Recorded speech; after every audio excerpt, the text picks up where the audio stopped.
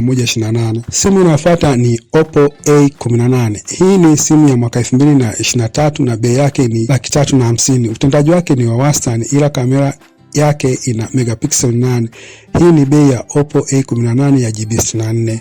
Na Oppo nyingine ya bei ndogo ila utendaji mkubwa kuliko Oppo ambazo za bei rahisi zilizoorodheshwa hapa ni Oppo A79. Hii ni simu ya 5G inayouzwa shilingi 500,000.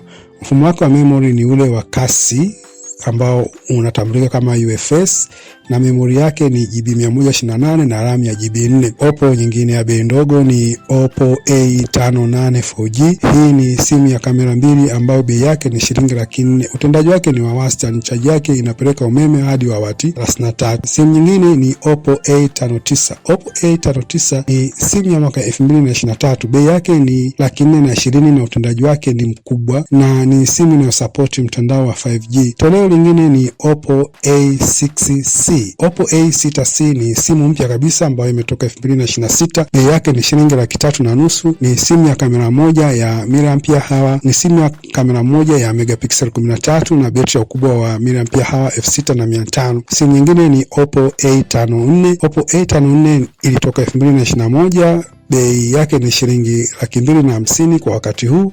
Ni simu ya kamera 3 ila utendaji wake sio mkubwa. Na Oppo nyingine ya bei nafuu ni Oppo A55, pia ilitoka 2021 na bei yake ni 250,000, yenyewe na kamera 3 lakini utendaji wake ni mdogo. Oppo nyingine ni Oppo A57 4G. Bei ya Oppo A57 Oppo A57 ni shilingi 280,000 na ilitoka mwaka 2022 ila kiutendaji inafanana na Oppo A55 na Oppo A54. Bei yake ni 270,000. Na simu nyingine ni Oppo A78 4G. Oppo A78 4G ilitoka mwaka 2023. Kwa sasa bei yake ni shilingi 350,000. Hii simu ina screen protector ya Gorilla Glass 5 na ina kioo cha AMOLED ambacho huwa kina kikubwa cha